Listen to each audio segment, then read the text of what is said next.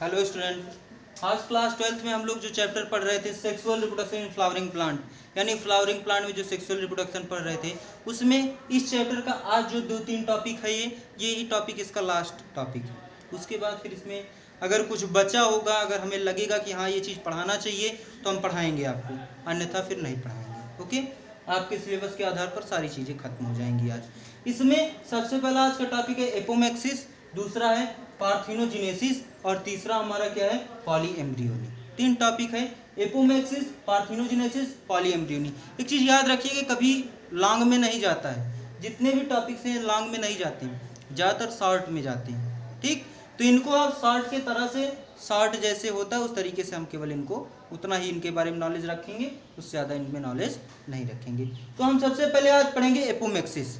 एपोमैक्सिस क्या होती है, कैसी कंडीशन एपोमैक्सिस कंडीशन कहलाती है, क्या होता है? In the formation of new individual, जब नए प्रजाति की उत्पत्ति तो होती है, नए प्रजाति की का निर्माण तो होता है बाई एसेक्सुअल मेथड, लेकिन जो रिप्रोडक्शन का मेथड होता है वो कैसा होता है? एसेक्सुअल होता है, यानी उसमें मेल और फीमेल दोनों इंक्लूडेड नहीं होते हैं। But sexual reproduction including seed formation, लेकिन सीड फॉर्मेशन सेक्सुअल रिप्रोडक्शन में जैसे होता है उसी तरीके से सीड फॉर्मेशन इनमें भी होता है, यानी बीज का निर्माण इनमें भी होता है, यानी जो बीज होता है वो इनमें भी बनता है। But do not involve the fusion of gamete और अ सेक्सेस, लेकिन इनमें गैमेट का फ्यूजन नहीं होता है, इनमें जो गैमेट्स होते हैं, जो युग्मक होते हैं, उनका फ्यूजन नहीं होता, वो मिलते नहीं हैं। और अ सेक्सेस, उसके साथ साथ जो सेक्सेस होते हैं वो भी नहीं मिलते। ठीक, बात समझ में आई? यानी एपोमैक्सिस का मतलब क्या होता है कि इसमें तो सीड का फॉर्मेशन होता है, इस कंडीशन में जो बीज होती है वो बनती है, लेकिन एसेक्सुअल मेथड से बनती है, यानी सेक्सुअल मेथड से ना बन के एसेक्सुअल मेथड से जब बीज का फॉर्मेशन होता है, उसी पूरे प्रोसेस को एपोमैक्सिस कहते हैं, जिसमें कि हमारी जो फ्यूजन ऑफ गैमेट होता है ये इन्वॉल्व नहीं करता है, या फिर जो सेक्सेस होते हैं वो भी इन्वॉल्व नहीं होते हैं। इसी प्रोसेस को एपोमैक्सिस कहते हैं। इतनी बात समझ में आई? एपोमैक्सिस क्या है फिर से सुनिए। It is the formation of new individual bye asexual method but sexual reproduction including seed formation but do not involve the fusion of gamete और अ सेक्सेस इज कॉल्ड एपोमैक्सिस। ओके, एपोमैक्सिस को, ये जो शब्द है ये शब्द ग्रीक लैंग्वेज का है। इसमें एपोस का मतलब होता है आफ्टर और मैक्सिस का मतलब होता है मैरिज। मैरिज के बाद की कंडीशन तो मैरिज के बाद की होती है, यानी शादी के बाद की सारी कंडीशन होती है।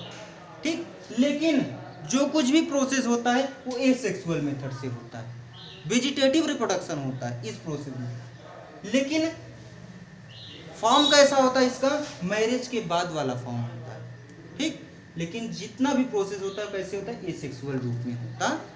इतनी बात समझ में आई? इसको नोट कर लीजिए, फिर आगे बताते हैं पार्थिनोजेनेसिस।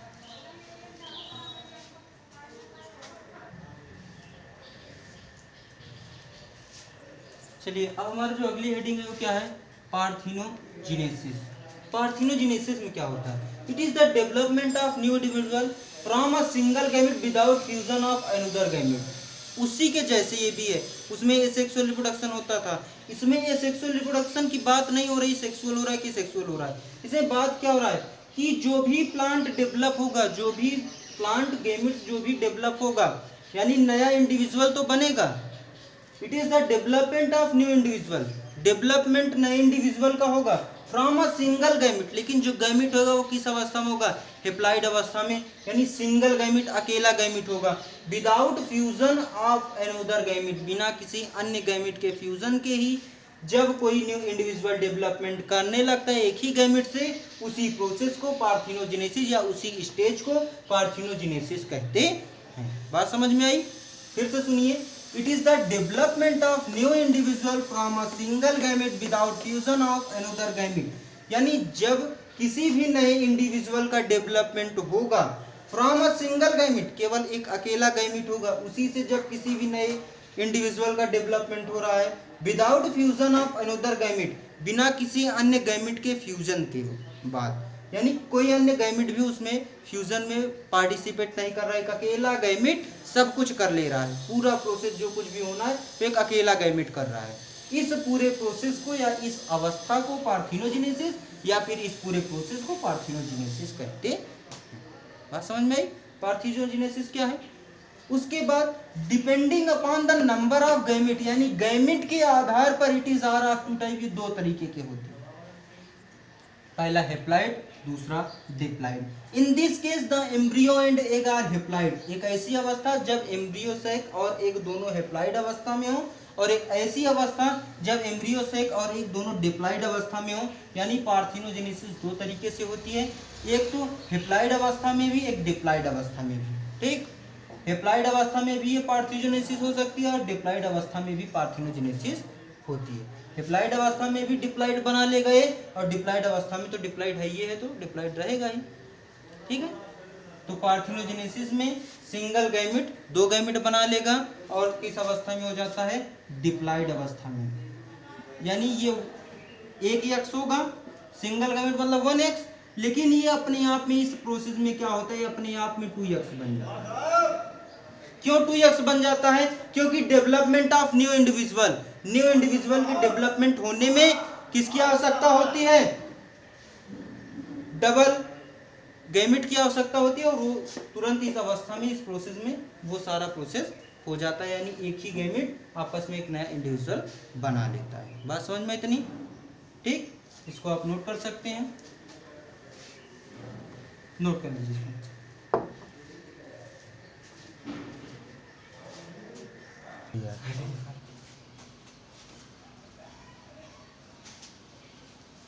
हम बात करेंगे इसकी पॉलीएम्ब्रियोनी की। The phenomena of having more than one embryo in a seed is known as polyembryony. जब क्या होता है? एक ऐसी प्रक्रिया जिसमें more than one embryo in a seed, एक सीड में एक से अधिक एम्ब्रियो हो जाते हैं, इस पूरे प्रोसेस को पॉलीएम्ब्रियोनी कहते हैं, यानी बहुभ्रूणता कहते हैं। ठीक, बहुभ्रूणता, पॉली मतलब मोर देन टू, दो से अधिक। एम्ब्रियोनी मतलब एम्ब्रियो, यानी more than two embryo is called polyembryony. मतलब कि एक ऐसी अवस्था, एक ऐसा प्रोसेस जिसमें एक से अधिक एम्ब्रियो एक ही सीड में बने, एक ही सीड में एक से अधिक एम्ब्रियो बने, उसी अवस्था को, उसी प्रोसेस को हम क्या कहते हैं? पॉलीएम्ब्रियोनी कहते हैं। उसी प्रोसेस क्या कहते हैं? पॉलीएम्ब्रियोनी कहते हैं। बात समझ में आई? पॉलीएम्ब्रियोनी क्या है? फिर से सुनिए, एक ऐसी प्रक्रिया या एक ऐसी अवस्था जिसमें एक ही सीड में एक से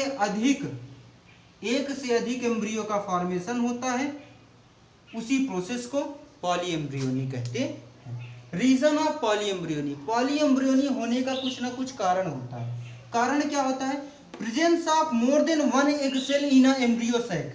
जब एम्ब्रियो सैक में एक से अधिक सेल हो जाती हैं, जब एम्ब्रियो सैक में एक से अधिक सेल की उपस्थिति हो जाती है, तब क्या होता है? पॉलीएम्ब्रियोनी हो जाती है। उसके बाद सिनर्जिड और antipodal start acting as egg cell. जो सिनर्जिड हैं या फिर जो एंटीपोडल हैं, वो भी स्टार्ट कर दें किसके तरीके से बिहेव करने लगे? एग सेल की तरीके से। सिनर्जिड आपने पढ़ा था एम्ब्रियो सैक में, ऊपर की तरफ सिनर्जिड, नीचे की तरफ एंटीपोडल्स पाए जाते हैं। नहीं, नीचे की तरफ सिनर्जिड्स और ऊपर की तरफ एंटीपोडल पाए जाते हैं। 3 की मात्रा में हो, 3 की मात्रा में हो और 2 की मात्रा में ये। ठीक, तो अगर ये 2 और वो 3 मिल गए तो 5 सेल हो गया, यानी मोर देन 1 हुआ कि नहीं? तो यानी फिर क्या होगा? तुरंत वो क्या करेंगे? एग सेल की तरीके से सब बिहेव करने लगे। और जहां more than 1 egg cell in the embryo sac, it is reason of polyembryony. ये किसका कारण है? पॉलीएम्ब्रियोनी का कारण है। क्योंकि अभी हमने पहले पॉइंट में ये पढ़ लिया है कि अगर एक से अधिक एग सेल होंगे एम्ब्रियो सैक में, तब क्या होगा? पॉलीएम्ब्रियोनी की प्रोसेस हो सकती है। उसके बाद अगर सिनर्जिड और एंटीपोडल एग सेल के तरीके से काम करने लगे, तो इसका मतलब पॉलीएम्ब्रियोनी की संभावना बढ़ी भाई, क्योंकि सिनर्जिड और एंटीपोडल की संख्या 5 होती है ना। तो अगर इनकी संख्या 5 है तो इसका मतलब एग सेल का निर्माण अधिक हुआ, एग सेल का निर्माण अधिक हुआ, इसका मतलब पॉलीएम्ब्रियोनी की अवस्था आ गई। उसके बाद presence of more than one embryo sac in a ovule, यानी एक एम्ब्रियो सैक ओव्यूल में एक से अधिक एम्ब्रियो सैक की जब उत्पन्न हो जाए, एक से अधिक एम्ब्रियो सैक, ठीक, एक से अधिक एम्ब्रियो सैक जब बन जाएंगी ओव्यूल में, तब भी क्या कंडीशन बनेगी कि पॉलीएम्ब्रियोनी की कंडीशन तब भी बनेगी। फिर से सुनिए कि एक ऐसी प्रक्रिया जिसके द्वारा एक ही बीज में एक से अधिक एम्ब्रियो का निर्माण हो जाता है, वही पॉलीएम्ब्रियोनी कहलाती है, वही बहुभ्रूणता कहलाती है। इसका रीजन क्या होता है? रीजन इसका पहला पॉइंट ये होता है, presence of more than one egg cell in a embryo sac, एक एम्ब्रियो सैक में एक से अधिक एग सेल का निर्माण होता है। दूसरा, सिनर्जिड और एंटीपोडल क्या करते हैं? स्टार्ट कर देते हैं एग सेल की तरीके से बिहेव करना। उसके बाद तीसरा पॉइंट कि एक से अधिक एम्ब्रियो सैक कहाँ पे होती है? अगर ओव्यूल में बन जाएगी तब भी क्या होगी? पॉलीएम्ब्रियोनी की कंडीशन आ जाएगी। बात इतनी समझ में आई? तो आज का टॉपिक जो था, इस जो चैप्टर का जो टॉपिक था, वो सारा टॉपिक खत्म हुआ यहीं पे। एपोमैक्सिक, पार्थेनोजेनेसिस, पॉलीएम्ब्रियोनी। अगर कोई भी ऐसी चीज़ होगी जो कि हम आपको नहीं बताए होंगे तो एक वीडियो और बनेगा इस चैप्टर का, उसके बाद फिर एक को वीडियो इस चैप्टर का नहीं बनना। ये चैप्टर आज से हम एंड कर चुके हैं, ठीक। उसके बाद एक चीज़ आप करिएगा कि एनसीईआरटी के जितने भी क्वेश्चंस हैं उन क्वेश्चंस को सॉल्व करिएगा। अगर कोई भी क्वेश्चंस नहीं समझ में आएंगे तो आप कमेंट में या फिर आप व्हाट्सएप नंबर पे हमारे शेयर भी कर सकते हैं उस क्वेश्चन को। और जितने भी पिछले वीडियोस हैं उनको भी रिवाइज करते चलिए, क्योंकि वो सब पूरा 1 to लेकर के 15 या 16 पार्ट बना हुआ है, नहीं 12 पार्ट बना हुआ है या 13 पार्ट ऐसे है सेक्सुअल रिप्रोडक्शन का 12th क्लास में, ठीक। उस पूरे पार्ट्स को आप देखिए, उसमें से कोई भी दिक्कत होगी तो आप कमेंट बॉक्स में टाइप कर सकते हैं। उसके साथ साथ इन सारे वीडियोस को देखने के बाद आप क्या करेंगे? जो भी एनसीईआरटी की एक्सरसाइज है उस एक्सरसाइज को सॉल्व करिए। अगर उस एक्सरसाइज को सॉल्व नहीं कर पाते हैं या कोई दिक्कत आती है, कोई नई चीज़ मिलती है, तो आप कमेंट बॉक्स में बता दीजिएगा, टाइप कर दीजिएगा ये चीज़ नई चीज़ है, इसको आप बताने का प्रयास कीजिए। आप बताइए, आप पूछ भी सकते हैं, कोई भी क्वेश्चन हो व्हाट्सएप नंबर पे, चाहे कमेंट बॉक्स में टाइप करके। ओके, हमारे चैनल को ज़्यादा से ज़्यादा लाइक, शेयर और सब्सक्राइब करिए। Thank you class.